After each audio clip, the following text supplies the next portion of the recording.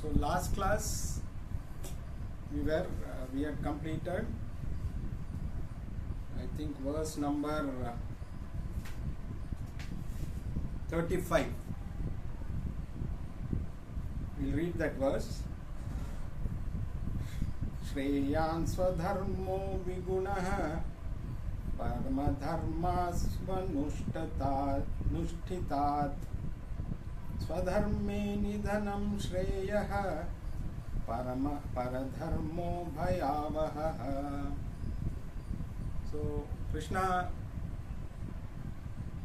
said it is better to die following one's own dharma rather than follow someone else's dharma and gain glory, because swadharma is more important, and even if you don't do it to the full extent, it is better to do that rather than follow someone else's dharma, even if you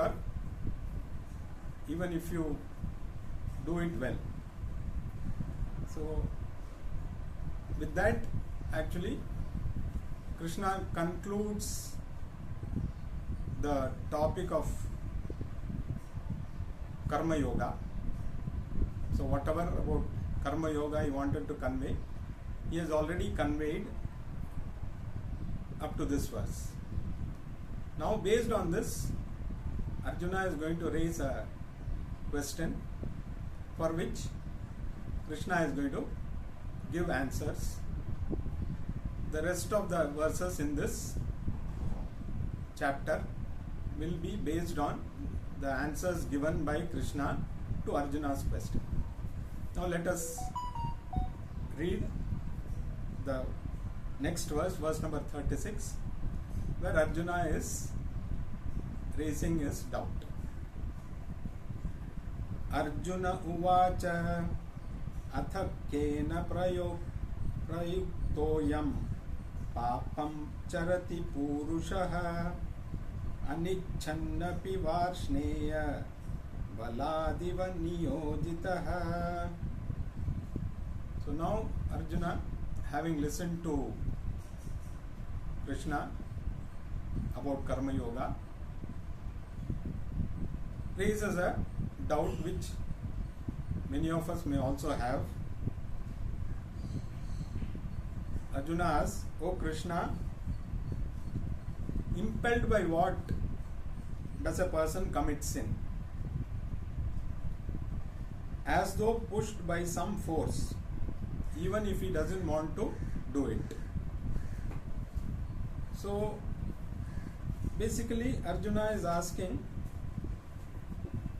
what makes a person commit sin? Because everybody knows what is right and wrong, and in karma yoga, whatever Krishna has said, it is there in our shastras. It is not that Krishna is saying something new, and those who follow, everybody knows what is right, what is wrong, but still why people are committing mistakes, why people are doing adharma even after knowing what is dharma. Like this is exactly what Duryodhana also says when somebody asks, why you do adharma, don't you know what is dharma and adharma? So he said, I know what is dharma, but I am unable to follow dharma because naturally I am driven to do adharma. So this is, then what compels? Is it some external force? Like in some religions they say the Satan makes you do things. It is, he comes and compels you to do things which you will not do. So he takes over your mind. So such things are there in other scriptures, so to say. Is it some factor like that? Is it some external force trying to make you do which you don't want to do? So this is the doubt which Arjuna and maybe many of us also, because the questions raised by Arjuna are what common people think. So why does somebody commit a mistake even though they know it is a mistake? Even a thief knows that it is not right to steal. If he doesn't know, then why should he go in the dark, or why should he hide and do? If he thinks you can steal as a right, a thief can get into any household and just take away whatever he wants.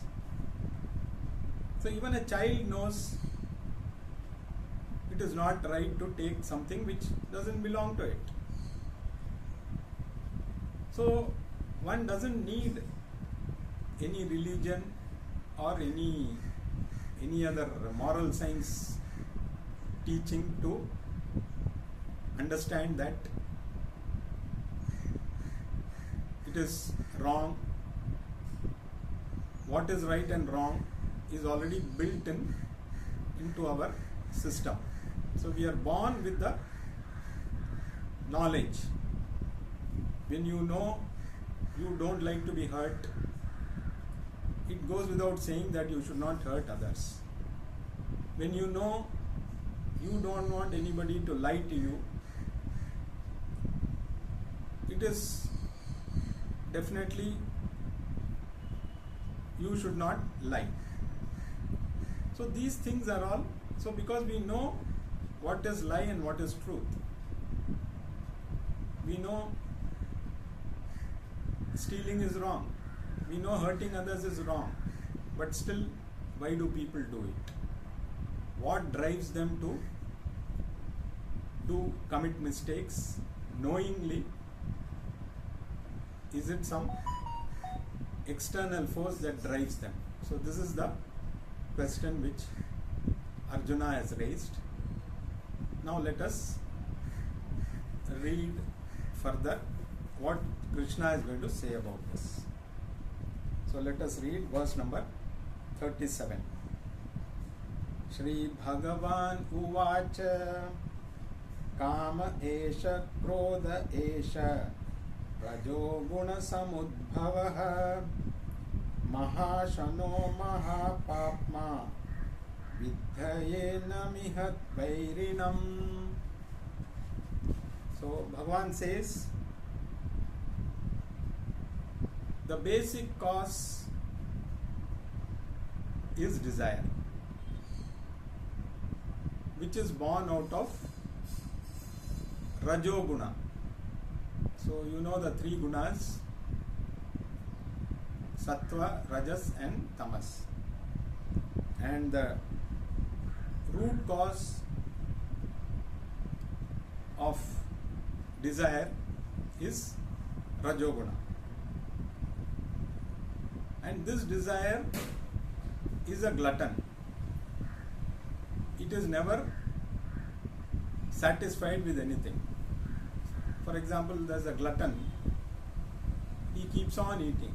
Like in Mahabharata itself, Bhima could consume anything. Whatever was placed in front of him, he could consume that food. So, desire is similar to that. Whatever you feed it, it will keep on consuming. And he further goes on to say that the greatest enemy for anyone is desire. Now let us understand what is this desire. Desire is something which happens because every human being consists of the three gunas: Sattva, Rajas and Tamas. Krishna will talk in detail about these three gunas in later chapters. But here right now, the root cause is Rajoguna, which brings out desire in human beings. And not only human beings, although the other beings also have desires. So there is no external force, unlike what they say in other religions. There is no Satan or somebody sitting somewhere and trying to make you do things which you don't want to do. That Satan is sitting in your mind itself, and that Satan is desire. And desire has got a twin brother, you can say. It is called anger. So these two fellows come together, because once this fellow comes in, the other fellow follows. They are like two sides of the same coin. So what is the cause? It is basically ignorance. Now ignorance can be of two types. One is you don't know what is dharma and adharma itself. That kind of ignorance where you do things because you don't know what is right and wrong. But this kind of ignorance cannot be an excuse, because everybody knows what is right and wrong, unless somebody is not mentally stable. The other ignorance is Atma Anatma, or impermanent and permanent. Ignorance of what is impermanent and permanent. So the basic reason for desire, basic problem is desire. Now, desire which combined with anger, kama and krodha, they go together. Everybody has got desires. Only thing, the object of desire may vary from person to person. What you desire may not be my desire. What is somebody else's desire need not be our desire, but everybody has a desire. So how to address this problem is what Krishna is going to talk about in the next few verses up to the end of this chapter. So first is understanding what is kama and krodha. Then knowing how to manage these two. So what is this desire? Desire is because we think we are incomplete. So suppose you don't, before you get married, you have a desire to get married. Now you feel you are incomplete without a partner. So until you get married, you feel you are not complete. After you get married, that desire is satisfied. But does your desire end? Now you need to have a family. You are incomplete without a child. So this is a continuous process. So like they say, once one desire is fulfilled, the other one comes up automatically. So they say marriage is like a public toilet. Those who are outside want to get in, and those who are inside want to get out. So this is a funny way of looking at the situation, but if we look at it deeply, probably there is a lot of truth in it.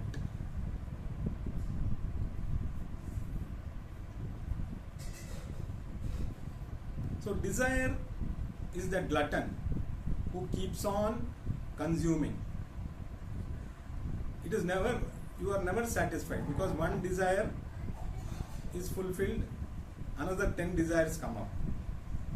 So if you say fulfillment, if you are looking for fulfillment, suppose you have n number of desires, then in the numerator, if you put the number of desires fulfilled and you divide it by the number of total desires, that will show your level of fulfillment or if you say happiness, if I have this desire, if I fulfill this desire, I'll be happy. So suppose you have 10 desires, you fulfill the first desire, you will find that you are 10% happy. As you go on fulfilling each of these desires, you will find your level of happiness should be increasing. So if you fulfill 10 out of 10, you are completely happy. But does it happen that way? By the time you finish the 10th desire, there are another 10 ready and waiting to be fulfilled. So it's a never-ending process. It keeps on increasing continuously. And what does desire do basically? The twin of desire is anger. Now, what leads to anger? Unfulfilled desire leads to anger. So everybody goes through the process of fulfilling desires. As and when they get fulfilled, it's not that every desire will be fulfilled. And those unfulfilled desires become a source of anger. And this source of anger is always ready to burst on something around you. So all of us, depending on the intensity of the desire, the intensity of it is directly proportional, the amount of anger is directly proportional to the intensity of the desire. The more your desire is intense, the more anger you will have if it is not fulfilled. Say for example, even if you take politics, so somebody wants to become the chief minister, he works hard for it, does everything to be chief minister or prime minister, whatever position, works hard for it, ultimately gets defeated in the election, he doesn't win, his desire is not fulfilled, but that leads to anger inside that person. He is not able to accept that somebody else has won, and he goes on showing his anger by abusing the person who has won. So this we can commonly see in. So that is a very intense desire. So the intensity of the desire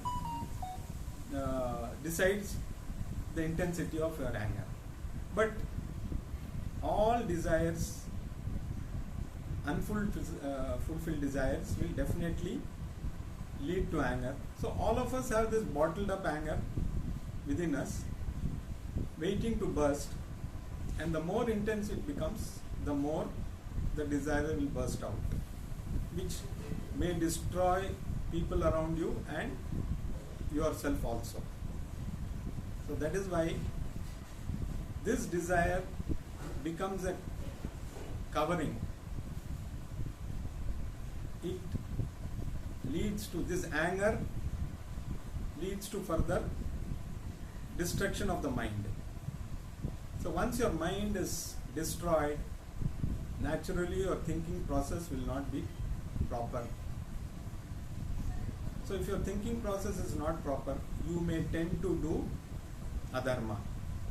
So this is what, so again, if you see people like Ravana or Duryodhana, they had this intense desire to rule the world or rule the kingdom, and in spite of, they were all very knowledgeable in all the Dharma Shastra, they were great bhaktas also of deities.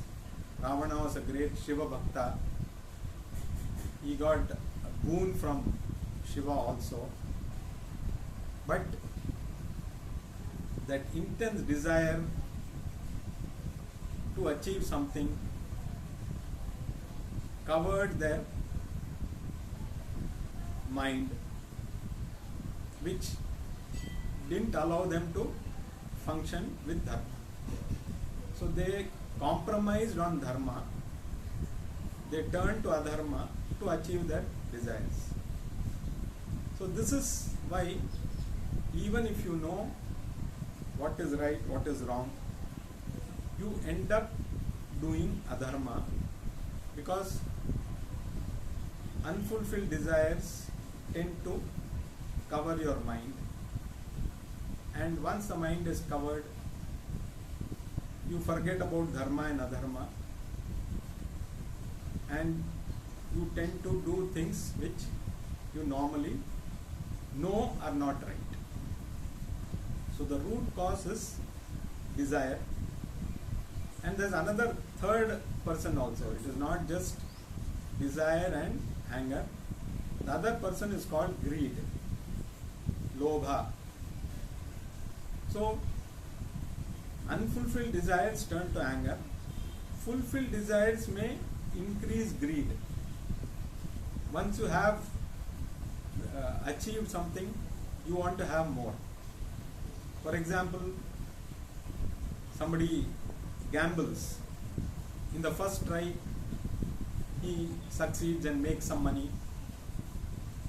He is not satisfied with that. He tends to gamble again. He may succeed 2 or 3 times, but over a period of time, he may lose everything that he gained, and not only what he gained, also what he had earlier also. Why gambling? Even in stock market it can happen. So we buy stocks which we feel will appreciate, and if 1 or 2 appreciate, we tend to buy more stocks, and ultimately one day everything may crash and we may lose everything that. So fulfilled desires may lead you to greed, unfulfilled desires lead you to anger. Both are harmful for a person in terms of growth. So spiritual growth will not happen. Karma yoga will not be possible if your desires are not controlled. So the root cause for all these things is desire. Desire, which is always accompanied by anger and also greed. So kama, krodha, lobha. These are the 3 greatest enemies of any person. We will read the next verse where Krishna elaborates the kind of different types of covering. So let us read verse number 38. Dhume na vriyate vahin yatha darsho manena cha yathol benavrito garbha tatha tene mavritam. Now here, this desire which clouds our thinking is likened to, Krishna is giving 3 examples which makes one. These examples show how a covering can, the desire acts as a covering to discriminative thinking, which leads to distraction. The first example he gives is smoke covering a flame. So sometimes if there is no proper wind, then the fire becomes smoky. So we will see a lot of smoke coming out even when we do some yajna or something. Sometimes there is. So this smoke covers the fire. So the light which the smoke, the fire is supposed to emit, is dimmed by the smoke. The second is example he gives is dust covering a mirror.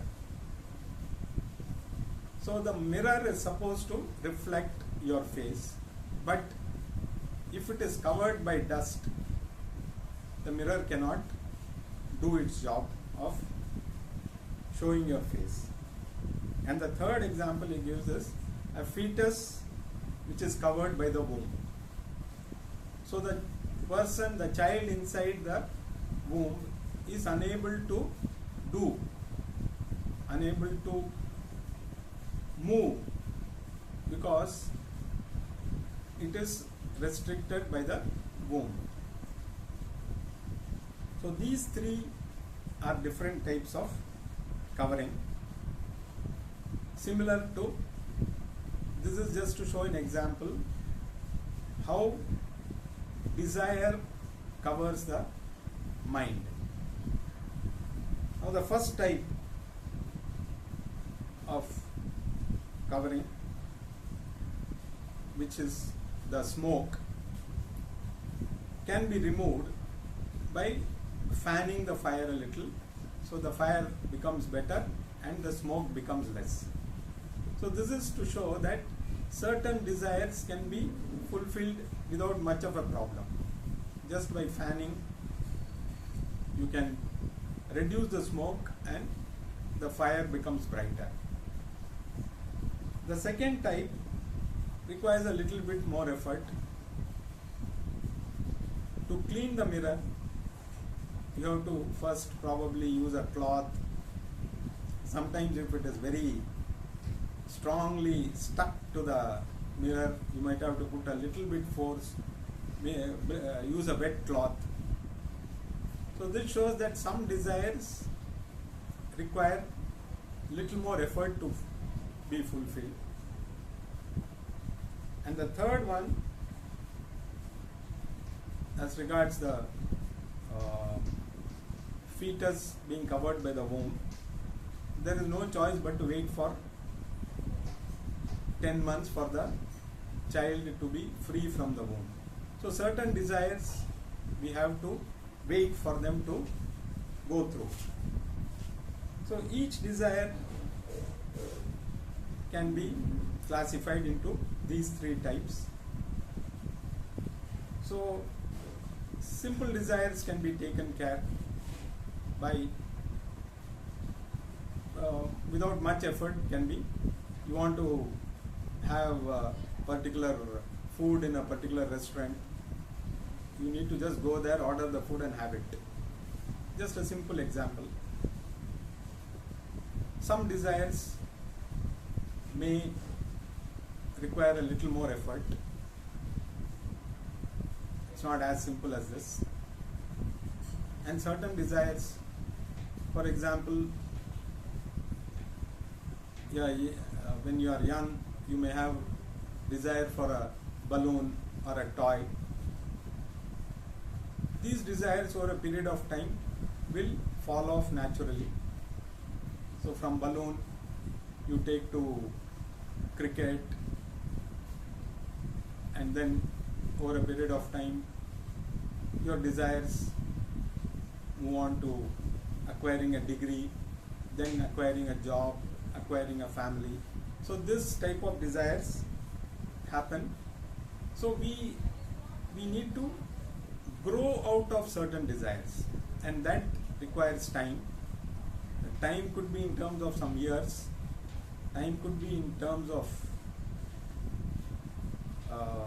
even a number of janmas. The more we accumulate desires, the more it will be difficult to remove them. So basically Krishna will be explaining how one can learn to manage these desires so that slowly we outgrow them and prevent new desires, especially the binding desires, the very strong desires. So first one has to work on the strong desire, slowly overcome them, then medium type of desires, and then slowly. So once we take care of these two, automatically smaller desires will always be there, which can be handled like the fire. You just fan it. So we have to understand the root cause. So this is what Krishna is trying to convey, and this is what he is going to convey in the coming verses also, till the end of this chapter. He is going to talk about the obstruction to spiritual growth, because ultimately he has already explained what is karma yoga, how to purify the mind by karma yoga and achieve the ultimate goal called moksha through jnana yoga. So karma yoga and jnana yoga are the ones which are required for spiritual growth, for a person to achieve that ultimate goal. And in this verses he is explaining the obstruction to achieving that goal, which is basically desire, and which comes with anger on one side and greed on the other side, which prevents us from moving further, which are obstruction to karma yoga, which in turn will prevent us from achieving the ultimate goal of moksha. More of it we will see in the next class.